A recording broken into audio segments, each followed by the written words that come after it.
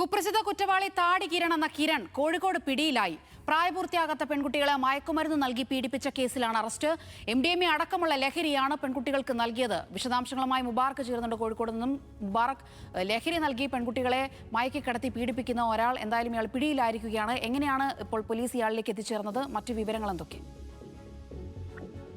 സോന, കോഴിക്കോട് നഗരത്തെയും അതുപോലെ ജില്ലയുടെ പരിസര പ്രദേശങ്ങളെ ആകെ ഞെട്ടിച്ച വലിയ ലഹരി പീഡന ശൃംഖലയുടെ പ്രധാന കണ്ണിയാണ് ഇയാൾ.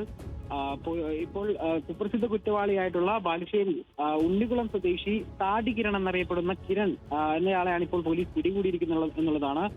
ഇയാൾ ഈ മയക്കുമരുന്നിന്റെ ലഹരിയിൽ പ്രായപൂർത്തിയാകാത്ത പെൺകുട്ടികളെ ക്രൂരമായി പീഡിപ്പിച്ചു വരികയായിരുന്നു.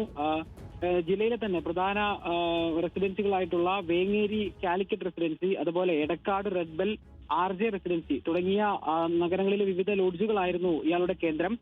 ഇവിടെ ഇതുപോലെ പെൺകുട്ടികൾക്ക് MDMA അടക്കമുള്ള മാരക ലഹരി നൽകി മയക്കി കിടത്തി പീഡിപ്പിച്ചു വരികയായിരുന്നു എന്നുള്ളതാണ്.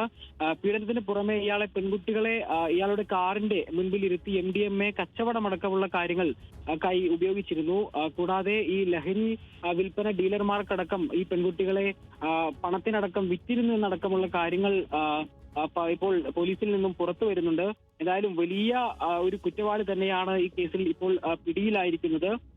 ഇയാളെ കോഴിക്കോട് പുള്ളാവൂരിലുള്ള ഒരു ലോഡ്ജ് പരിസരത്ത് വെച്ച് തന്നെയാണ് ഇപ്പോൾ Elathur police inspector Rajith K എന്ന് പറയുന്ന ഇൻസ്പെക്ടറുടെ നേതൃത്വത്തിലാണ് പിടിയിലായത്. ഈ പിടികൂടുമ്പോൾ ഒരു പ്രായപൂർത്തിയാകാത്ത പെൺകുട്ടിയും ഇയാളുടെ കൂടെ ഉണ്ടായിരുന്നു.